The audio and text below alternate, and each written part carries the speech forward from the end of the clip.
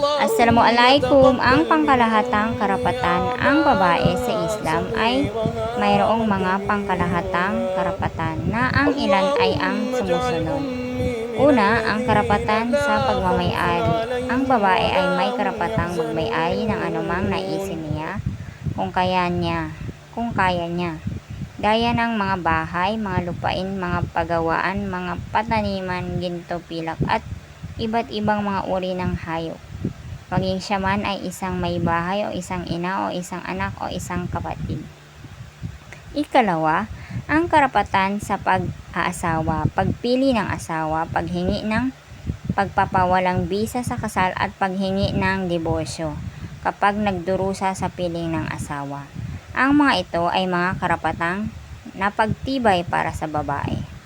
Ikatlo, ang karapatan sa pagkamit ng iba't ibang uri ng kaalaman at lalo na ang kinakailangan para sa kanya, gaya ng kaalaman tungkol kay Allah, kaalaman tungkol sa pagsamba sa kanya at kung papaano ang pagsasagawa ng mga ito, at kaalaman tungkol sa mga tungkuling kailangan gampanan niya, mga kagandang asal ukol sa kanya at mga pag-uugaling mahusay na kailangang taglayin niya batay sa pangkalahatang kautosang nasasaad sa sinabi ni Allah.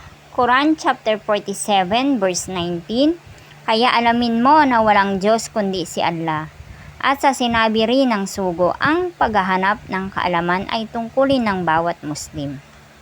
Ikaapat, ang karapatan sa pagkakawanggawa ng anumang naisin niya mula sa ari-arian niya at na gumugugol mula rito para sa sarili niya at para sa kaninumang naisin niya gaya ng asawa, mga anak at mga magulang hanggat hindi umaabot sa pag-aksaya. Ang ukol sa kanya roon ay ang ukol din sa lalaki. Ikalima, ang karapatan na ihabilin ang hanggang sa ikatlong bahagi ng ari-arian niya habang nabubuhay pa at ipatupad iyon kapag namatay na siya ng walang pagtutol dahil ang paghahabilin ay isang personal na karapatan. Kung paanong ito ay maaari sa lalaki, maaari rin sa babae. Sa kondisyon kung hindi lalampas ang habilin sa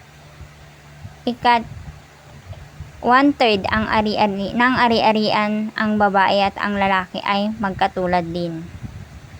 Ika-anim, ang karapatan sa kasuotan. Maaari niyang isuot ang anumang naisin niya gaya ng seda at ginto na ipinagbawal sa mga lalaki. Ngunit wala siyang karapatang maghubad ng kasuotan, mag-alis ng damit, magsuot ng maiksing damit o mag-alis ng belo sa ulo o ilitaw ang leeg maliban kung nasa harap ng taong maaari niyang gawin iyon. Ikapito, ang karapatan na pagpapaganda. Maaari siyang gumamit ng eyeliner, pulbos, lipstick at iba pang makeup kung ibig niya at magsuot ng pinakamagandang mga hiyas. Ikawalo, ang karapatan sa pagkain at inumin. Maiinom at makakain niya ang anumang masarap at mabuti.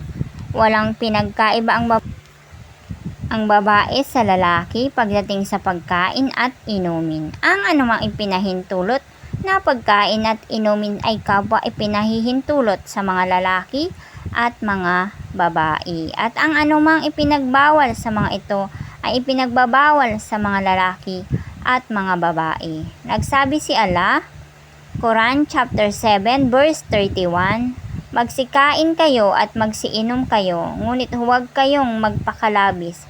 Tunay na siya ay hindi nagmamahal sa mga nagpapakalabis.